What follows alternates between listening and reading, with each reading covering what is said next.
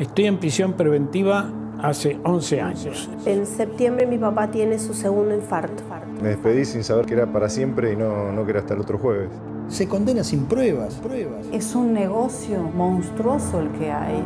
Yo creo que la finalidad es que se mueran todos adentro. Yo siempre digo, a mí me lo llevaron bien y me lo devolvieron en un cajón. Me arruinaron la vida. Es una venganza.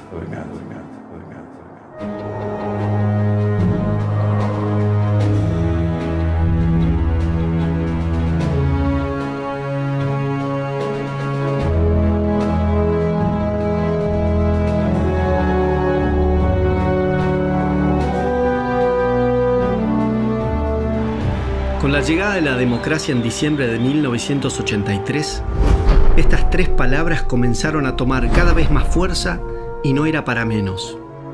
Los argentinos teníamos una gran necesidad de saber qué nos había pasado, qué había sido de miles de compatriotas y, por sobre todas las cosas, que se hiciera justicia. Con el tiempo, esas palabras dejaron de representar su real significado y se fueron acomodando un relato falaz y a la medida de intereses que poco o nada tenían que ver con la preservación de la memoria, para no volver a repetir errores, con la verdad y con la búsqueda de justicia.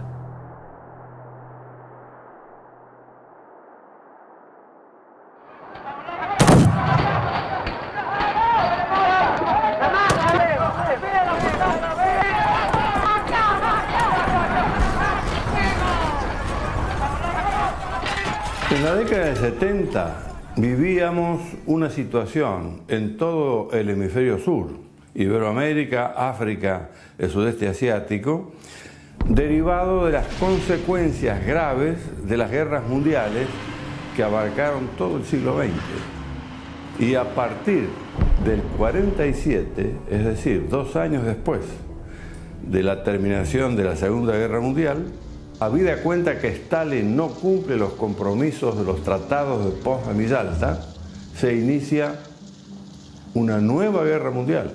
Y a esta se le llamó fría porque estaba la presencia del artefacto nuclear, de los arsenales químicos y bacteriológicos. El artefacto nuclear quedó para disuadir solamente. Se llegó a la elaboración de la doctrina de la mutua destrucción asegurada. Pero como estaba impedido ese camino, se extiende el espectro de conflicto a las formas más primitivas de la violencia, el terrorismo. Y en la década del 70 estábamos en el cenit de esa guerra mundial, absolutamente diferente a las dos anteriores, que estaba planteándose un conflicto de culturas, es decir, una forma de vivir. Las repúblicas imperiales que estaban inhibidas en el norte nuclearizado de emplear el artefacto nuclear o de agredir con los medios convencionales, pelearon su guerra fría como guerra caliente en el hemisferio sur, que no estaba nuclearizado. Ahí encontramos a Iberoamérica en una situación inédita. Procesos de descomposición política, económica y social, producto de la iniciación de guerras civiles que cabalgaban antiguos conflictos, que en ese momento era peronismo-antiperonismo. Era un conflicto social que hoy le llaman grieta, pero la grieta es muy antigua en la Argentina. Año 59, ingresan oficiales y suboficiales del ejército cubano por las quebradas del norte a Salta e instalan en Orán la primera escuela de formación de cuadros oficiales y suboficiales revolucionarios para la guerrilla. Se iniciaba una agresión por invasión, como lo dice el Tata Joffre en su último libro, Fue Cuba. Pero la Argentina ignoraba la posibilidad de esta agresión. Es más, entendía que la guerra mundial en acto no tocaba a Iberoamérica, que era un problema de las superpotencias. Y teníamos un problema estratégico acá, que se le dio tratamiento de seguridad pública. Actuó la policía. La Cámara Federal de lo Penal de la Nación se creó en el año 1971. Fue un diseño del ministro de Justicia, el doctor Jaime Perrió. Jaime Perrió había advertido que las fuerzas policiales y los juzgados federales, inconexos entre sí y desparramados por todo el país en donde se desarrollaban las actividades subversivas, estaban siendo superados ampliamente por la subversión y no eran eficaces. Entonces pensó en oponerles un organismo que tuviera asiento o jurisdicción en todo el país. Durante los casi 2 años que tuvo vigencia la Cámara Federal de la Nación, no hubo una sola impugnación de sus sentencias, no hubo una sola denuncia de torturas, no hubo ningún desaparecido. Tal como se daba el proceso político, era evidente que la victoria iba a corresponder a la fórmula Cámpora-Lima, que estaba secundada por un sector importante del terrorismo y que era obvio que iban a tratar de poner en libertad a todas aquellas personas que habían sido objeto de condena por parte nuestra. Y por añadidura también se iba a disponer la disolución de la Cámara Federal, tal como ellos mismos lo habían adelantado. A partir de ese momento de la disolución de la Cámara Federal, se produce la libertad simultánea de todos los personajes de la subversión que vuelven a la calle.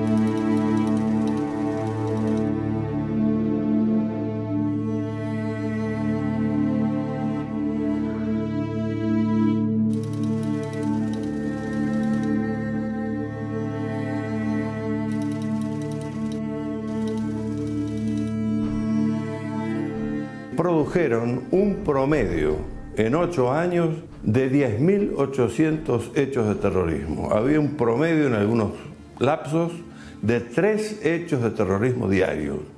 Trajo un sacudimiento crítico en la sociedad que repercutió en la Cámara de Diputados. Hay que leer los discursos de ese momento de la oposición y del oficialismo, que gritaban desde el recinto al Poder Ejecutivo que esto no podía continuar, que era vergonzosa la situación que se estaba viviendo, ahogados en sangre. Y ahí reacciona el Poder Ejecutivo ordenando a través de un decreto el aniquilamiento de ese proceso que llevaba 15 años.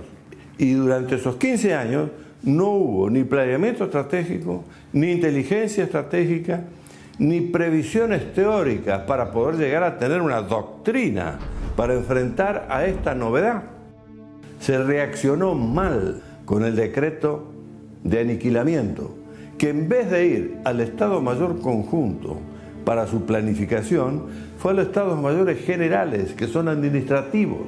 No se le entregó una ley que sustente operaciones militares en el marco interno. No había ley.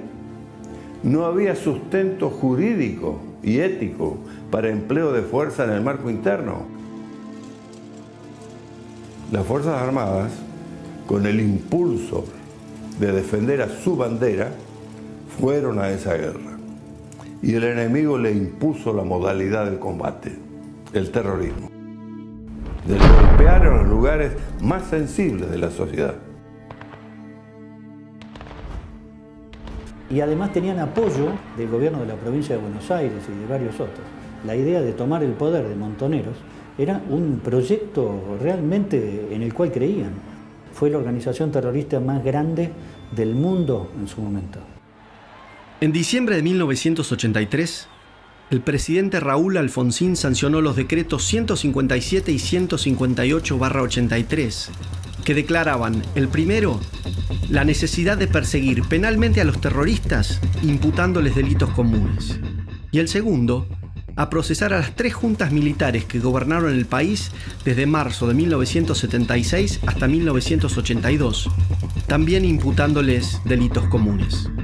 Y de esa manera limpió a todos los políticos del gobierno peronista y a todos los intendentes radicales y ministros radicales del gobierno militar.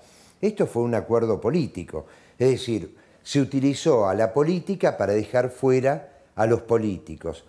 Por ese motivo crea la CONADEP, para referirse nada más que a los militares, y luego Trócoli promete, una vez que sale el informe de la CONADEP, promete un informe similar respecto del terrorismo que nunca se llegó a concretar. En el año 1986 se dicta la Ley 23.492 de punto final, que establecía que toda acción penal contra los autores penalmente responsables de los delitos de desaparición forzada de personas, torturas y asesinato que tuvieron lugar durante el proceso de reorganización nacional y que no hubieran sido citados a declarar antes de los 60 días corridos de promulgada la ley, eran considerados no punibles. La idea de las leyes de punto final y obediencia debida, es decir, un olvido, un perdón, se refería a todos los combatientes de jerarquías que no tenían poder de decisión, sino que cumplían órdenes o habían militado por razones de ideales políticos ejerciendo la violencia, pero sin la responsabilidad del mando. En el año 1987 se dicta la Ley de Obediencia Debida, 23.521, que especificaba que los subordinados, cuyo grado estuviera por debajo de coronel, en tanto y en cuanto no se hubieran apropiado de menores o de inmuebles de desaparecidos, no eran punibles, pues se limitaban a obedecer órdenes emanadas de sus superiores. Hacia fines de la década del 80 y principios de la del 90, el entonces presidente Carlos Menem firma una serie de 10 decretos donde indulta a civiles, integrantes de las Fuerzas Armadas, de seguridad y miembros de las organizaciones terroristas. En el año 2003, el Frente para la Victoria obtiene el 22% de los votos por debajo de su oponente, Carlos Menem, quien había obtenido el 24%. Este último decide bajarse el balotaje, por lo que automáticamente resulta electo Néstor Kirchner como nuevo presidente del país. Necesitado de generar rápido consenso para legitimar su escaso poder, Néstor Kirchner hizo todo lo que estuviera a su alcance y más para lograrlo sin importar las consecuencias. Había que buscar un enemigo lo suficientemente malvado a quien cargarle con todos los males de la Argentina, y las Fuerzas Armadas y de Seguridad eran los enemigos perfectos, pues su poder de respuesta era prácticamente nulo. De esta manera, conseguía consenso con las agrupaciones de izquierda. Yo lo he visto a Kirchner seleccionar esos jueces y yo lo he visto a Kirchner reunirse con ellos antes de ser designados. No me lo contó nadie, estuve en todas las reuniones. Y lo que Kirchner les decía es, ustedes están para actuar con total independencia, nunca los van a llamar de la Casa de Gobierno. Así era, ¿eh? Y no estoy mintiendo, vayan y pregúntenle a cualquier juez de la Corte. Me tengo 2 problemas que para mí son problemas de Estado, los derechos humanos y la posible dolarización de la economía. Salvo esos 2 temas que me preocupan enormemente, pues se están ventilando en la justicia, la verdad es que nosotros no tenemos ningún interés en ningún tema. Y estos temas nos preocupan porque son políticas de Estado.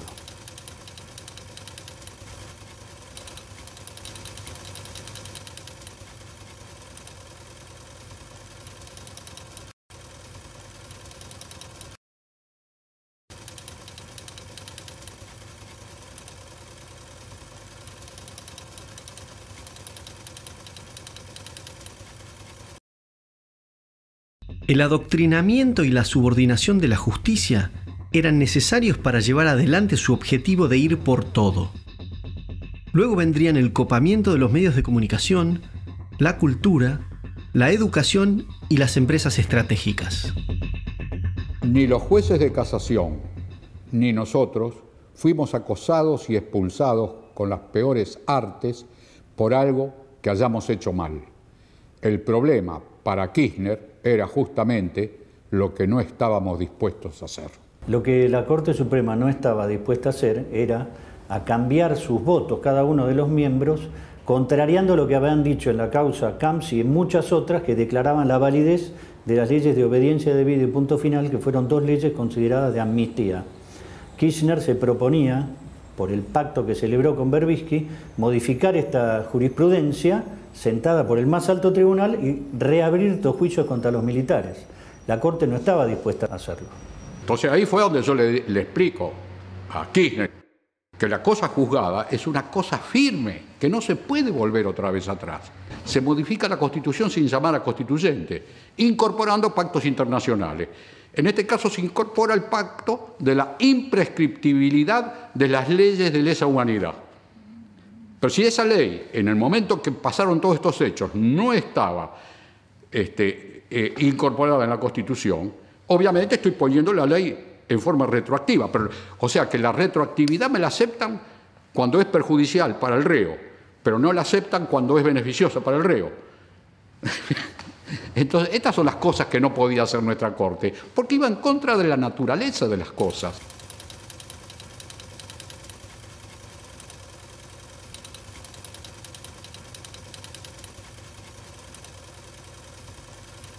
De esta manera, se logró asegurar la voluntad del máximo tribunal del país en materia de derechos humanos, consiguiendo 3 objetivos fundamentales: enjuiciar a las Fuerzas Armadas y de Seguridad, violando todos sus derechos humanos; bloquear a la justicia federal con causas de lesa humanidad, impidiendo que miembros del gobierno tuvieran que responder ante la justicia por delitos de corrupción, narcotráfico y enriquecimiento ilícito a los que Néstor Kirchner no era ajeno; y perseguir a la oposición con procesos judiciales, en particular si estaban vinculados a los años 70. A mi criterio, no era necesario hacer cambios en la Corte Suprema. De hecho, los cambios fueron muy aplaudidos porque decían se terminó con la mayoría automática, pero la verdad es que fue hecho mediante un proceso que nunca se había visto en la Argentina. Jamás se los presionó con llevarlos públicamente al escarnio del juicio político, como hicieron el gobierno kirchnerista a través del senador Falú, haciéndole un escrache público a los jueces y acusándolos nada más que por los fallos que habían dictado. La gente los aplaudió, pero nosotros que trabajamos en la justicia federal nos dimos cuenta que era una bajada de línea completa para toda la justicia federal, en especial la justicia federal penal. Más de 100 miembros del Poder Judicial fueron perseguidos, denunciados, presionados o extorsionados para que se adaptaran al nuevo régimen judicial o dejaran vacantes sus puestos. Varios jueces fueron procesados, algunos resultaron encarcelados, mientras que otros debieron exiliarse. Venía recibiendo amenazas, venían multitudes a mi casa que las traían en colectivo a hacer scratches, pintaban los vidrios del edificio, pintaban los mármoles, las veredas, le gritaban a los vecinos que nos echaran. En la autopista panamericana, el auto del doctor Vázquez recibe 2 impactos de arma de fuego. Seguidamente, una llamada en su domicilio amenaza de muerte a su hijo. Si un gobierno es capaz de echar, como echó, con semejante violencia y exposición, a los jueces de la Corte Suprema, entonces todo el resto de los jueces supieron, y luego lo iban a comprobar, hasta qué punto estaban dispuestos los Kirchner y sus secuaces a llevar adelante esta política. Tanto la Ley de Obediencia Debida como la de Punto Final fueron declaradas constitucionales por nuestra Corte Suprema de Justicia por la totalidad de sus miembros. Por eso llamó la atención en el año 1998 que el Congreso resolviera derogar esas leyes. La única explicación razonable que se podía dar es que estaban comenzando a sentirse nuevos vientos políticos, nuevos aires políticos en la República, que no estaban de acuerdo con lo que se había hecho hasta ese momento en materia de tratar de concretar una reconciliación en la sociedad argentina. Pero más grave fue lo que aconteció unos años después, en el 2003, cuando se declaró nulas las leyes de Punto Final y Obediencia Debida. Porque si bien el Congreso pudo derogarlas, con lo cual no se aplicaban de ahí para adelante, pero los efectos de esas leyes se cumplían plenamente, al declararlas nulas, lo que pretendía el Congreso era que esas leyes se tuvieran como que no existieron jamás, que no podían ser dictadas. Sin embargo, fueron dictadas por el Congreso de un gobierno constitucional, por un Congreso que muchos de los integrantes en el año 2003 lo habían integrado años atrás, con lo cual fue sumamente criticada esa decisión del Congreso, particularmente por la Academia Nacional de Derecho. Esto lo hicieron a través de una ley de nulidad. Una ley de nulidad que es una aberración jurídica. Porque, por ejemplo, no declara la nulidad de los indultos de los terroristas, declara la nulidad de los indultos de los militares. El Congreso no puede declarar la nulidad de sus propias leyes, porque cada uno tiene una función. El único que puede declarar que una ley es inconstitucional o nula es el Poder Judicial, no el Congreso. Tan es así esto que necesitaron también que la Corte convalidara esta ley, porque después la Corte sí dice que esas leyes eran nulas y cambia la jurisprudencia. Aparte, esta ley de nulidad declara nula leyes que también a su vez habían sido derogadas, porque ya punto final y obediencia debida había sido derogado, pero habían tenido efecto. Mientras tuvieron efecto, esos efectos fueron válidos y siguen siendo válidos. Llamó poderosamente la atención que esos indultos, que también habían sido declarados válidos por la Corte, en un momento dado, esa misma Corte, en el año 2005, los declara inválidos. La única explicación es que había cambiado la filosofía jurídica que existía en la mente de la mayoría de los nuevos jueces de la Corte, según los cuales, en la medida que se indultaba a personas que estaban involucradas en la comisión de hechos de delitos de lesa humanidad, tales actos no podían ser aceptados por el ordenamiento jurídico argentino. Sin embargo, no había ninguna norma, ni hay ninguna norma, que impida el indulto de una persona que haya estado involucrada en un delito de lesa humanidad. Los juicios se reabrieron, en definitiva, cuando se declara la invalidez de las leyes de obediencia debida, punto final, cuando se advierte un deseo de los jueces de seguir la línea de pensamiento político que tenía el gobierno de Kirchner, cuando se advierte en muchos magistrados judiciales un deseo de complacer no solamente a ciertos sectores de la sociedad, sino también a ciertos sectores que habían accedido al poder. Y lo que nosotros podemos decir es que esos juicios violentaban principios básicos de la Constitución, porque se había desconocido una amnistía y no había razón para desconocer la amnistía. Se había desconocido una amnistía y se había desconocido la aplicación de la ley penal más benigna, con lo cual volvieron una gran cantidad de integrantes de las Fuerzas Armadas, que incluso habían sido sobreseídas en algunos casos, a ser sometidas a juicios que duraron varios años, a juicios durante los cuales permanecieron detenidos sin tener una condena, bajo condiciones penitenciarias lamentables, bajo condiciones humanas degradantes. La categoría lesa humanidad o delitos contra el derecho de gentes fue una creación surgida en el Acuerdo de Londres del año 1945, exclusivamente para juzgar a los nazis, no a otra cosa, no tiene un efecto expansivo, porque de esa manera se estaría aplicando una analogía penal. Por lo tanto, no son delitos de lesa humanidad.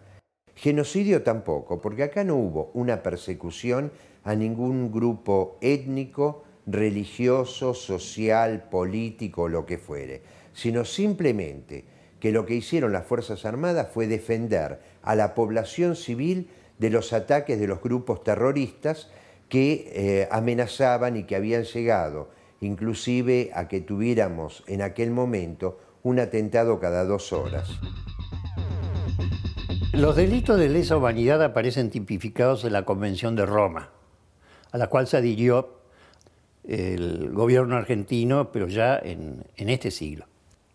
Pero la Convención de Roma establece categóricamente que ya se va a aplicar respecto de los hechos delictivos que se cometan a partir de la aprobación de la Convención, no por los hechos anteriores. Con lo cual no tendría que haberse aplicado acá. El argumento para decir que los delitos de lesa humanidad no prescriben es señalar que los delitos de lesa humanidad fueron delitos siempre, no es necesario sancionarlos por ley y escribirlos para que la gente los conozca, porque desde siempre fueron considerados delitos y no necesitan entonces una legislación. Con esto, por ejemplo, no están de acuerdo la casi totalidad de los penalistas de todo el mundo, incluido, por ejemplo, los miembros de la Cámara Federal que juzgaron a los comandantes. Porque a ninguno de los comandantes los condenaron por delitos de lesa humanidad. A Videla, Masera y Agosti les declararon prescriptos algunos delitos. Entonces, si los camaristas de la Cámara Federal en lo penal, a los cuales se los ha alabado durante estos últimos 30, 40 años, no conocían la definición de delito de lesa humanidad, ¿cómo lo va a conocer un subteniente o el cabo Primero González de la policía de la provincia del Chaco?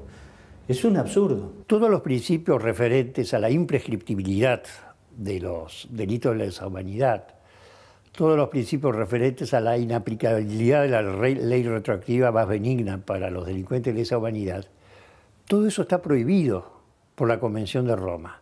Todo eso está prohibido incluso por la Convención Americana sobre Derechos Humanos, que muchas veces se invoca. Todos ellos dicen que esas cláusulas se aplican para adelante, no para atrás, porque eso acarrea una absoluta inseguridad jurídica. Y viola nuestro artículo 18 de la Constitución, según el cual nadie puede ser sometido a un juicio sobre la base de leyes que no estaban en vigencia cuando se comete el hecho que se cuestiona. Ahora, ¿por qué se hizo eso? Bueno, fundamentalmente por el criterio que tuvo la mayoría de los jueces de la Corte. No hubo ninguna ley que así lo dispusiera entre nosotros. Pero los integrantes de la mayoría de la Corte, los jueces Lorenzetti, Hayton del Olasco, Maqueda y los demás magistrados que nombró el gobierno de Kirchner, con algunos agregados como Petracchi. Petracchi cambió de criterio completamente. Él en su momento había votado por la constitucionalidad de la ley de obediencia debida punto final y después votó por la inconstitucionalidad. Cuando se produjo eso, nosotros vimos un cambio jurisprudencial muy grande a partir del caso Simón, en donde se admitió la aplicación retroactiva de las leyes penales más gravosas para los imputados, lo cual importaba tirar por la borda una de las conquistas más importantes de la democracia constitucional en los siglos XVIII y XIX. La política de Lorenzetti fue manejar la justicia, tratar de conducirla como si fuera un gremio.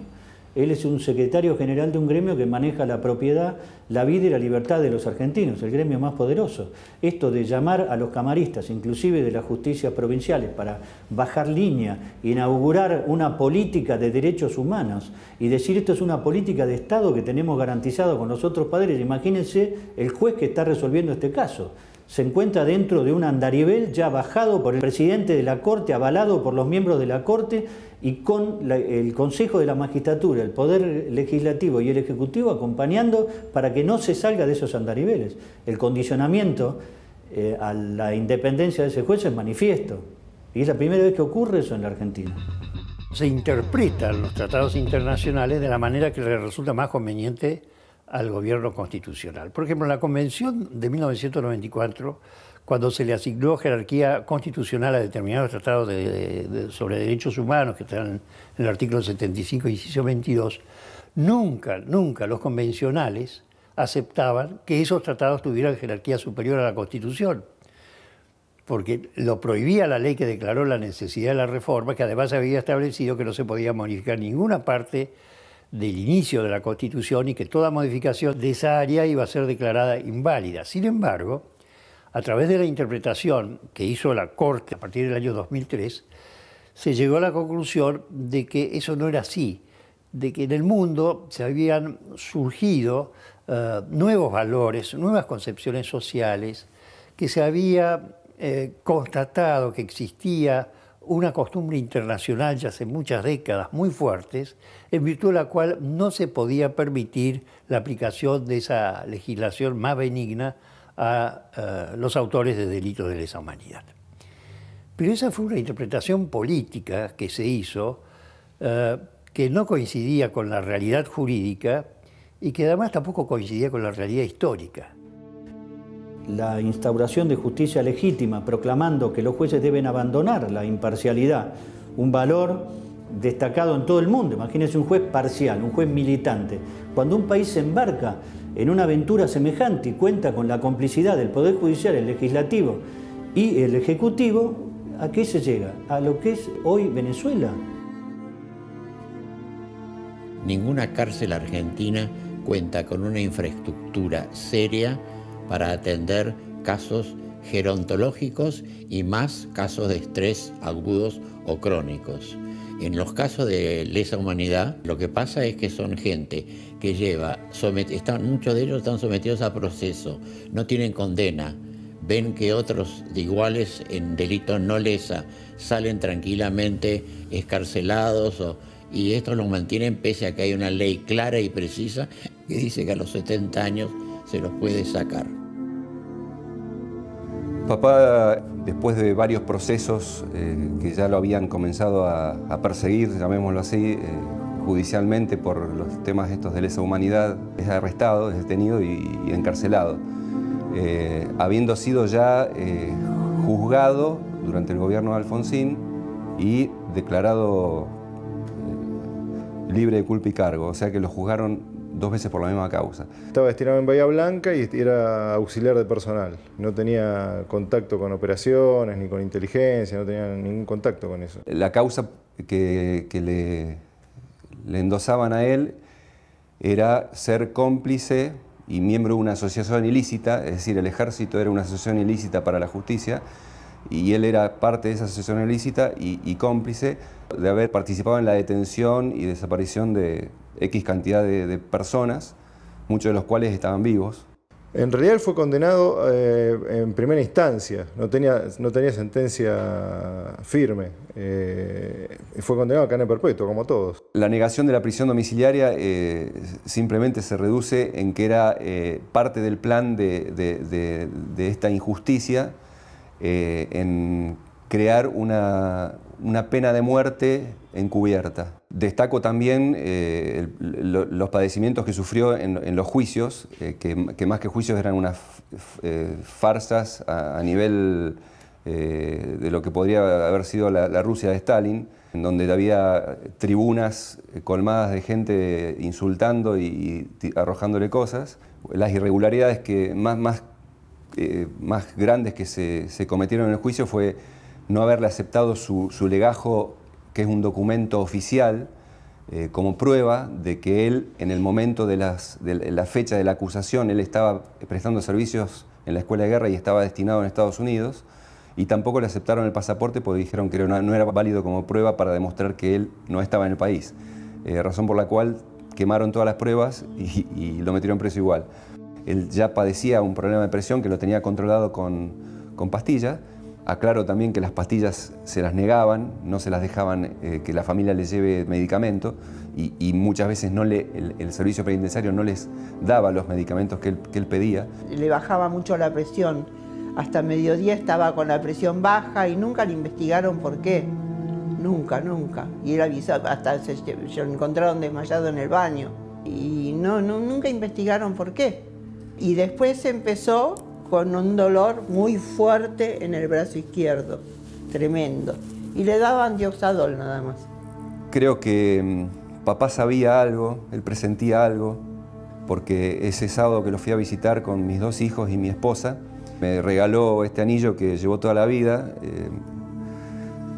y me dio un abrazo y me dijo que quería que lo tenga yo y creo que eso yo lo tomo como que él se estaba despidiendo porque sabía que algo iba a pasar. Cuando papá falleció, tuvo la suerte de haber podido recibir a mi mamá y a mi hermano ese mismo día a la mañana. Me despedí sin saber que era para siempre y no que era hasta el otro jueves. Para mí él era mi San Martín. Perdón. Y uno siente una gran sensación de impotencia y de que todos podemos caer en esto, por cualquier causa. O sea, hoy le cayeron mal ellos y van presos, mañana les caen mal otros y también van a ir presos y le van a inventar las causas, van a inventar las leyes y van a inventar lo que sea para meterlos presos. Estamos todos en riesgo. Nos arruinaron la vida. Teníamos una vida feliz y nos arruinaron. Yo salía a la calle, veía 2 personas grandes que iban de la mano paseando y los envidiaba, porque yo no podía. Nos arruinaron la vida. Hasta hace 10 años éramos felices totalmente. Y después se acabó. Además, las cárceles argentinas están para este tipo de detenidos ubicadas en general lejos de las viviendas o de los domicilios familiares, lo cual dificulta el contacto de las personas mayores con sus familias. factor fundamental para tener en cuenta a la hora de poder considerar que tengan una vida digna. Pasa el camión a buscarlos a todos los que tengan que hacerse atender en distintos lugares. Los pasan a buscar a las 4 de la mañana, de Marcos Paz van a Ezeiza, de Ezeiza van a todos los domiciliarios y luego llegan a las 8 de la mañana a Devoto, donde hacen traslado de camión y vuelven otra vez a hacer toda la recorrida, o sea, los dejan a uno en un hospital, otro en otro consultorio, hasta que por último llegan a Ezeiza. Cuando llegan a Ezeiza, desde las 4 de la mañana, que estuvieron sin agua, sin comida, sin nada, llegan a Ezeiza a las más o menos 5 de la tarde y el médico que lo tenía que haber atendido ya no está. Fueron 5 veces que lo llevaron de esa manera. La impunidad gerontológica es algo que en abril del 2015 sancionó, promulgó o instruyó la Fiscalía General del Estado, a cargo de la Gils Carbó, se instruyó a todos los fiscales para que se opusieran absolutamente toda medida morigeradora. Por eso los informes de ellos son, todo siempre está bien, además los informes periciales cada vez son peores, son más cortos y ahí rige o la venganza en los que defienden, en los que representan a las fiscalías, porque se oponen a todo, o el miedo, que es lo que impera en el cuerpo médico forense. Hemos sufrido agresiones por parte de las organizaciones de derechos humanos, que de derechos humanos tienen muy poco porque siempre fueron agresivos, violentos. Eso nos daba la pauta de que no estábamos ante una situación normal. El presidente de la Corte Suprema, una vez en una reunión, dice: no sería posible el llevar adelante los juicios de lesa humanidad sin el aporte económico de Holanda, Francia e Inglaterra. Es un negocio monstruoso el que hay. Entonces, ¿qué les puede importar que se hayan muerto, por ejemplo, detenidos, presos, algunos condenados, otros con prisión preventiva eterna, si el presidente del máximo tribunal del país está sosteniendo la mentira por una cuestión económica? Cuando nosotros le hicimos un pedido al ministro de Justicia acerca de que la Secretaría de Derechos Humanos de la Nación funcione como querellante del Estado argentino, nos contestaron tristemente de que eso era una obligación. Si el Estado es el encargado de acusarme, castigarme y pone todos sus órganos para hacer eso, entonces nosotros estamos totalmente desvalidos. Porque ellos dicen que hay una independencia de poderes, o sea que el Ejecutivo, el Judicial y el Legislativo no tienen nada que ver en las cuestiones de los juicios de lesa humanidad, que cada uno actúa en su ámbito diferente. Entonces yo le digo, ¿por qué la Secretaría de Derechos Humanos querella? Si la Secretaría de Derechos Humanos no pertenece al Legislativo ni al Judicial, pertenece al Ejecutivo. Entonces hay una inmiscusión de uno de los poderes sobre el otro. ¿Y qué es lo grave? Que ellos están avalando juzgamientos irregulares, están avalando procesos irregulares, y eso es un delito, porque lo está haciendo el Estado. Es vergonzoso, tanto que yo, que estaba contra los militares, termino peritando para ellos. En los primeros años del gobierno de Alfonsín, yo peritaba para los organismos de derechos humanos. Cuando yo comencé a decir que estaban violando los derechos humanos ellos, entonces me pusieron de lado. La verdad no está planteada públicamente. La política de defensa del Estado ha sido reemplazada por la política de derechos humanos. Y la política de derechos humanos es un arma estratégica. Nada tiene que ver con los derechos humanos. Están en nuestra Constitución. No hay ningún país comunista que respete un solo derecho humano o que tenga derechos humanos establecidos en sus constituciones. Es una terrible paradoja que el Estado, que ordenó a las Fuerzas Armadas hacerse cargo de terminar con el tema de la violencia ejercida contra toda la sociedad por los grupos armados terroristas, y ante la incapacidad de una clase política que no estuvo para nada a la altura de las circunstancias, hoy sea querellante en los juicios de lesa humanidad, que permita que personas ancianas sean denigradas en falsos juicios, que se los condene de antemano, que sufran todo tipo de maltrato, tanto físico como psíquico, que se les niegue tratamiento médico y que se los abandone a su suerte. Es un fenómeno muy complejo el tema de los juicios. Creo que es la materialización de una venganza, por un lado, es decir, hay sectores que no han cesado en sus intentos por golpear a las Fuerzas Armadas.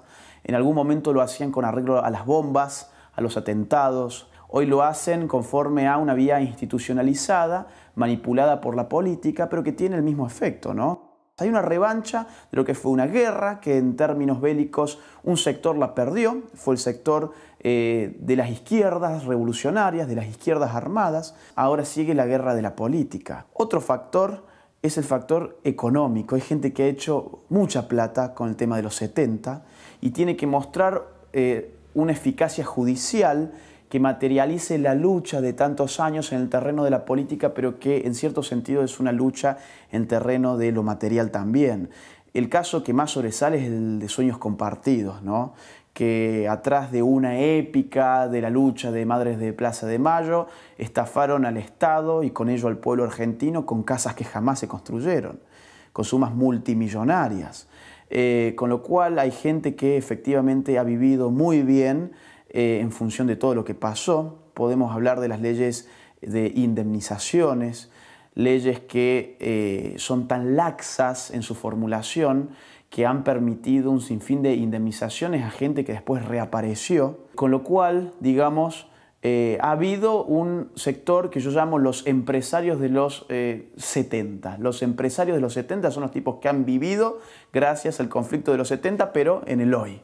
Y después está el sector de la política, un sector de gente al buen estilo Néstor Kirchner, que en los 70 no tuvo ni arte ni parte, y después reinventó su propia biografía personal para hacernos creer que él tuvo una participación orgánica dentro de estos grupos revolucionarios, y sin embargo, durante su intendencia, por ejemplo, y la gobernación de Néstor Kirchner en el sur, jamás se acercaron a los grupos de Madres de Plaza de Mayo, no les prestaban ni siquiera el Zoom de un colegio para poder hacer los actos los 24 de marzo. Usó los 70 para montar una épica gubernamental que disparó la legitimidad hacia arriba, de la cual él carecía ni bien inició su tramo presidencial. Pasó a ser el paladín, ¿no?, de estas causas. La militancia en las organizaciones del peronismo revolucionario, la UES, Montoneros, FAP, Sacerdotes por el Tercer Mundo y FAL, la tradición guevarista del PRT, Ejército Revolucionario del Pueblo, y las tradiciones socialistas y comunistas. Acá hay una falla de nuestra clase política en el sentido de no haber ofrecido a los jóvenes una épica que le pusiera los ojos en la frente y les quitara los ojos de la nuca.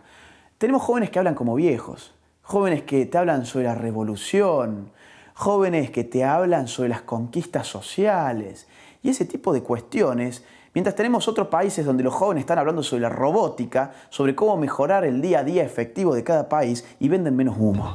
La acción psicopolítica desarrollada en paralelo con la acción judicial por Horacio Berbisky desde el CELS y desde la prensa han encerrado en una tenaza a la población argentina.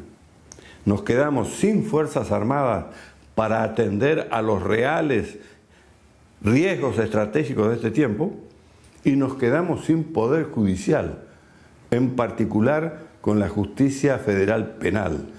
Hoy no tenemos jurisprudencia válida porque se han llevado por delante todos los principios del derecho penal. Se han modificado los conceptos centrales de lo que se está haciendo en los tribunales orales federales. Se ha modificado el concepto de lesa humanidad que da el Tratado de Roma, la Convención de Roma. Y lo ha hecho la Corte, que a su vez, a través de su presidente, dice que siguen una decisión política y no el respeto a la Constitución y a la ley. Más claro, imposible. O reacciona el electorado argentino o estamos con un problema grave hacia el futuro inmediato. Es importante que tomemos conciencia de que los derechos humanos por definición pertenecen a todos los seres humanos, sin distinción de raza, credo, posición social o política. Es fácil reconocerlos en quienes son nuestros iguales. La grandeza radica en reconocerlos en aquellos que son completamente distintos a nosotros. Las futuras generaciones deben crecer sin odios ni divisiones, comprendiendo que la violencia de la década del 70 nos atravesó a todos en mayor o menor medida. Para ello debemos revisar nuestra historia sin apasionamientos ni banderías políticas que en nada contribuyen a la búsqueda de la verdad. Solo así podremos dejar atrás un pasado que se empeña en no dejarnos avanzar hacia el futuro.